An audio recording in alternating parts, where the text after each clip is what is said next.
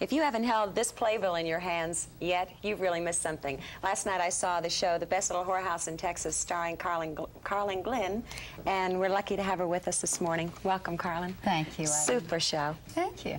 You are one lucky lady. I just found out that your husband, Peter Masterson, is the co-author, co-director. Yes, as a matter of fact, it was Pete's initial idea to do a big musical about the closing of a real Little Bordello in Texas from an article that Larry King, his co-author, wrote in Playboy. And it's been a long evolution. The play was worked on for 2 years at the Actors Studio. Our composer is a female Texan, it's been really wonderful to get to work on a project for this length of time with one's husband. Well, the most amazing thing to me, having lived for 5 years in the South, and I do a lot of work in the South, is how absolutely authentic it was, and what a delight it was to people, I guess, from the South. Do Texans like? Texans love it. It's marvelous. I always know when Texans are in the house because there is more of a raucous response to much of the humor in the play. There was a tremendous effort made by Tommy Toon and Pete Masterson, the directors, to only hire people that had at least a sound of the South in their voices.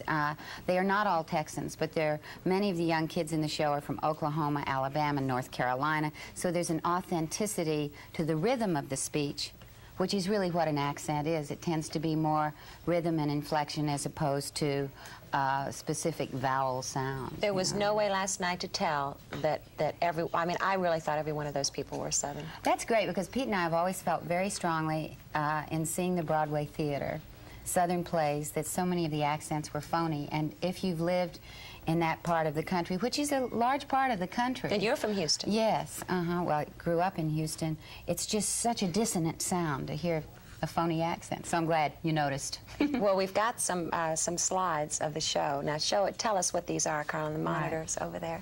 This is the interview with a young country recruit who wants a job in my house. Who incidentally is fantastic. Yes, she's a wonderful actress named Joan Ellis, member of the Actors Studio. It's her first play, and she's only brilliant, I think. She is brilliant. This is when the man from the television station raids my bordello. His name is Melvin P. Thorpe, and he comes in with his flashlight and cameras flying. It's a great part, but I didn't like him doing that to you. And his name is Clinton Allman. He is brilliant in that you genuinely hate him. Yes, you do. This is my co-star, Henderson Forsyth, who plays the most marvelous cussing sheriff of Landville County. Oh. He is just a tall drink of water and just a delight to work with. It is, this is from the last scene in the play when I'm going to my farm in the country after the house has been closed.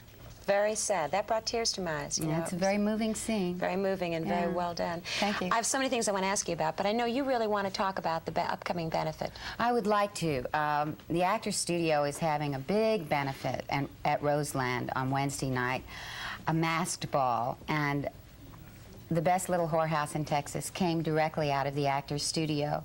It's a huge musical.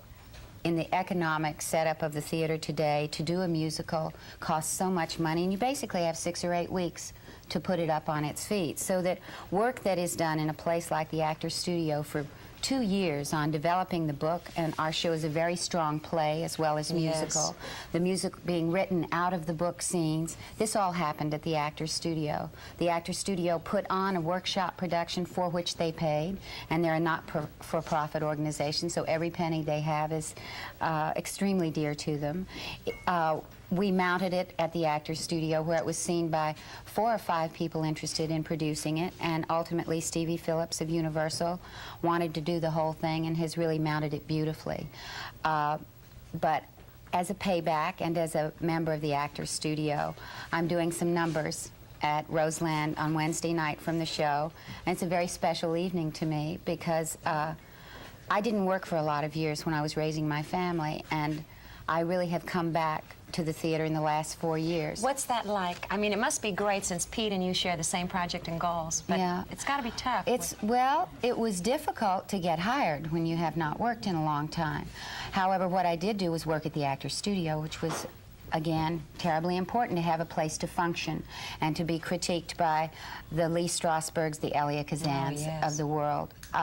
As far as then going into my career, I've only had familial support, which is really quite remarkable. I mean, my kids think it's terrific. That you're a Madam Umbrella. Yes, they love it. Thank you, Carlin. Thank you I wish we so had more much. time. You're I a do delightful too. It lady. was nice Good talking. luck with the show.